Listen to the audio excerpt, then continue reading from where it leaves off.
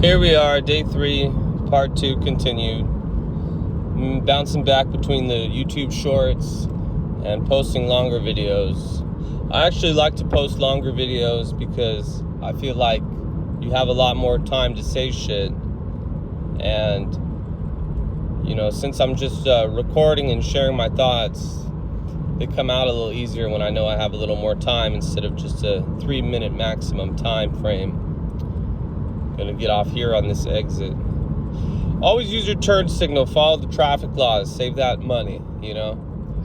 So we'll signal here, take a little left, signal there, and start our route to work. This was not the route I planned to take, but it's a little more scenic. You know, I'm running slightly late, but I feel like I'm just gonna take my time and enjoy my day today. Do a good job, take care of the patients, not rush. You know, try to give my mother a call, maybe my grandmother a call. See how everybody's doing. Call your family, call your people. So last night, continued from the shore. Ooh, we gotta catch this light. Oh, fuck, we gotta not crash the car, okay. And I'm back, just like that. So you have to bear with me here, you know. Maybe this is not the most entertaining video, but I feel like there will be some good information that comes to mind. So yesterday I was sweating a parlay my friend had made for $20 to win $2,000 on 8 MLB teams, and he didn't win, but he said he would give me like $500 out of the $2,000 if he won. So bam, I was invested. I didn't make the bet, I didn't gamble. Borderline, we'll call it borderline. Day 2.5 really of not gambling. You know, if you follow your friends' bets, it's gonna make you want to bet. If you go to the casino when your friends are there, and if you even watch gambling videos of them doing the slot spins or the blackjack or poker tournaments online or on YouTube, or you know, different streamers doing those online things like Plinko or whatever, you're probably going to want to end up gambling, making your own bet. Or if not, it'll just kind of reinforce that I think in your brain it's okay to do these type of things because people do it all the time. And you're not going to see people take their biggest losses. You're going to see people typically winning. And even if you do see people taking a loss, you know, you're going to be like, well, you should have done this, you should have done that. So I think it's best to not even watch any gambling content unless it's to not gamble. That is, if you have a problem. Also, it's probably best to not be around your friends if they're gambling, or even be friends with people who are gambling at all. Because you don't want to fall into I call it the hole. I was in the hole for 2 years, and I'm just coming out of the hole, and I fall back in a little bit here and there. You know, I'll be on the edge of it. And I haven't been problem gambling for, I'm going to say, solid 8 months. Now, I would call problem gambling away pretty much everything you own, or enough money to feel stressed, depressed, or, you know, not have enough to pay your bills, achieve your goals, or, you know, continue future plans, stuff like that. So I've had some money saved for a while. However, it's not as much as I'd like to. You know, $18,700 saved, you know, at 30 years old, it's not bad. It's probably more than the average person. But I feel like if you're making, you know, over $120K a year, you have no kids, and you help your mom out here and there, and the only bill you really had is, I mean, I have bills, don't get me wrong, but the only debt you have is that $4,600 on your credit card. You gotta take care of that. You gotta pay that. You gotta save that, and you gotta go on some trips here and there. So I have a trip planned on Tuesday. I'm flying to meet my buddy out, who I basically am, you know, family with. I've been friends with him for, let's see, at least 15 years, you know, since back in the day. And I'm going out to Atlanta. I bought my ticket several months ago. Ticket was $400 round trip. Nothing fancy. I've flown first class in before, but I don't think that's necessary. Maybe if you really have it like that, or you're going on a long flight and you need that leg room, sure. But for the most part, just save the money here and there when you can. So I got a little ticket. I'm going also to rent a car. That's going to be about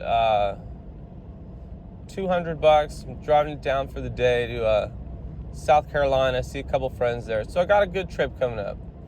I got a trip coming up to those two states about 7 days exactly from now. I don't know if I said that. Still waking up, haven't had my coffee yet. But even that gambling loss last week, and even the one over this weekend, is a total of approximately, I've lost $3,000, which was more than enough to pay for this trip to Atlanta, Carolina, and back to here in Washington. So basically, my previous mistakes are not significantly impacting me, but I know, and if you're watching this and you have a gambling problem, that you're trying to reason with yourself. You're trying to play it off like, oh, it's okay. Because in your brain, you don't want to accept, number one, you have a problem, and number two, you fucked up. So I did fuck up a little bit, because even though you might say, yeah, B, you got the cash, you're good. Yeah, but at the end of the day, I'm not achieving my goal of that $100,000 in the bank account.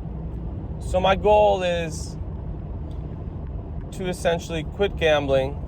We're on the 100-day goal for not gambling, and it's going to take longer than 100 days, but I'm also trying to save $100,000. I also want to go to the World Series. So I went to the World Series in 2021 in Atlanta with my same buddy that I'm going to visit. Went to Game 4 and Game 5, saw the Braves win one, saw the Braves lose one to the Astros. I went in 2022 to the Houston versus Philadelphia Phillies World Series Game 6, and I saw an awesome game where Yordan Alvarez hit that giant-ass home run over center field, if you know what I'm talking about. If you don't worry about it. Just know I was at some great game of the World Series in 2026 in 2022, Game 6, when it all ended. And in 2023, I went to Game 4 in Phoenix, Arizona versus the Texas Rangers, and I saw the Diamondbacks lose that game. I think it was 11-1, and Corey Seager hit a massive-ass home run. And in 2024 and 2025, after the big breakup, because I've had several breakups, and I've dated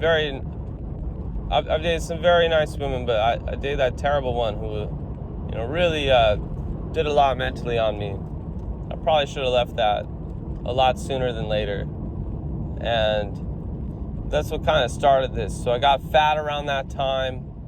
I didn't put on the weight after the breakup. It was all during the relationship, and we were traveling the world, and we went to Japan, Vietnam, and we went to Mexico, Canada, Aruba. We went to all these places.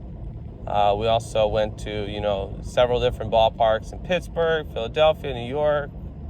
I'm also not mentioning several places I went during this time. So I'm glad I got that life experiences, and I went to those ballparks, but I feel like she didn't really deserve any of that. And I wasted all that money and dug myself in the hole. And then when she left, I should have been a man and said, sayonara, take care, instead of being a crybaby ass bitch and gambling all my money away and drinking all my money away.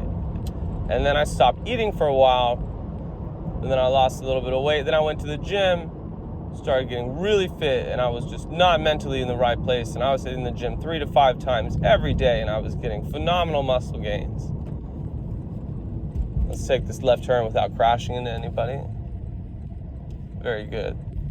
So I've had my ups and downs we'll call it roller coastering. That's what I like to call it.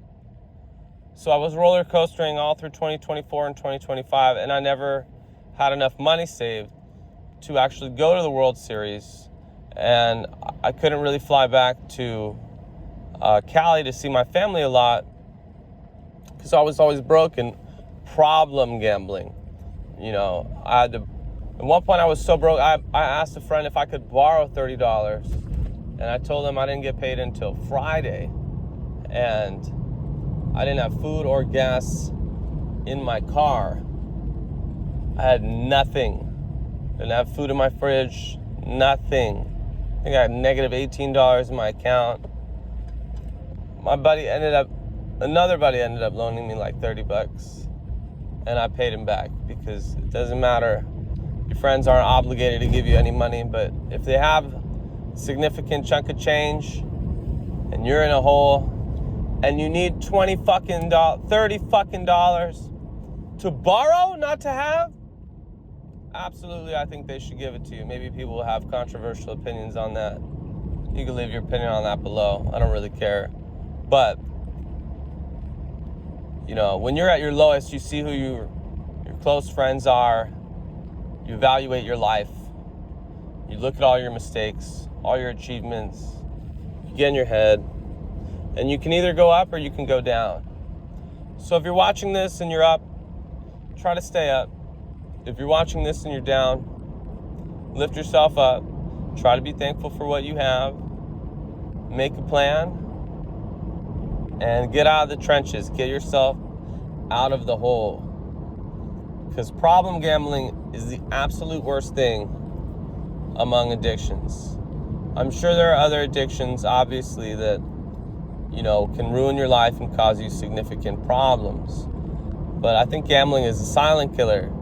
Because, you know, if you're doing drugs or alcohol, it will be a lot more visible to people outside of your bubble. Versus if you're gambling, you can still be well dressed and still, you know, be at work or whatever, or here or there, and people won't know that you're broke and struggling mentally and just doing terrible. Don't you get in my fucking lane. Why are you not going? Why are you stopped? You had all that time. Idiots. Prius drivers. Prius drivers are fucking terrible. Worst drivers on the planet. I can say that. I once had a Prius back in 2012. Let's not talk about it. So, where was I? Yeah, just sharing my thoughts. No real subject here other than day 3, not gambling, and also wishing everyone luck watching this who is struggling to quit gambling. But anyway, back on the topic just for a bit before I pull up to work. I'm not problem gambling, but I'm close. I'm teetering on the edge of that hole again. Because the longer you bet, the more you have to bet in your mind. The more you have to try to get back, the more destructive your decisions can become. So yes, in the last 2 weeks, I've lost $3,000. Do I want to go chase and get it back? Subconsciously.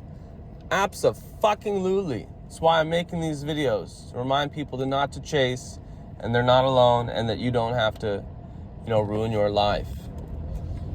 So, I'm going back into work to make the money. I'm not going back into the casino to make the money. I did watch my friend's parlay yesterday. I was hoping that he would hit, but even then, that was a mistake. Shouldn't have done that. Should have absolutely been more on top of it and gone to the gym. So go to the gym today, eat healthy, call your friends, call your family, do some push-ups, do some sit-ups, do anything healthy. Do anything other than gamble. You know, obviously no crimes, no robbing banks, but just try to pick up some extra shifts at work. I picked up an extra shift. I leave Tuesday for the trip. I'm going to be good. There's no casinos out in Georgia. There's no casinos in South Carolina. There's some in North Carolina, but none in South Carolina, at least that I'm aware of since I've lived there. So I won't be gambling on this trip. I've always made it a rule not to gamble on my cell phone.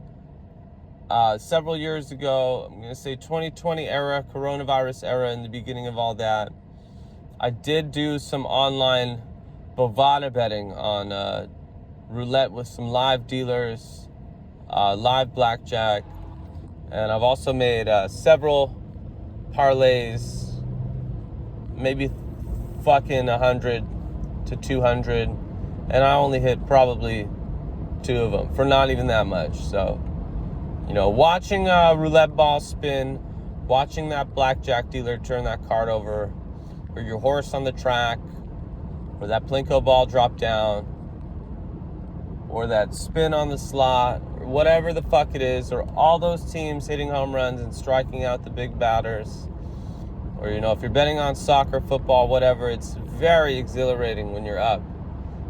But usually you're not going to win, and even if you do win, you're probably going to bet it back, because that's the natural thing to do in the mind of a problem gambler, degenerate gambler, a gambler. So don't try to make excuses for yourself. Hold yourself accountable. Make better choices. And wish me luck. Comment below how you like to gamble, what you like to gamble on, your last loss or your last win, and anything positive you'd like to share in your life. Good luck to anyone watching this. I wish everyone well who wishes me well. And if you don't wish me well, you know what? It's not a fuck you. It's a good luck to you, because you're going to need it, because karma is a bitch, okay? But for now, farewell. Happy Tuesday to everybody. Keep your head up. Positive vibes. And jam on.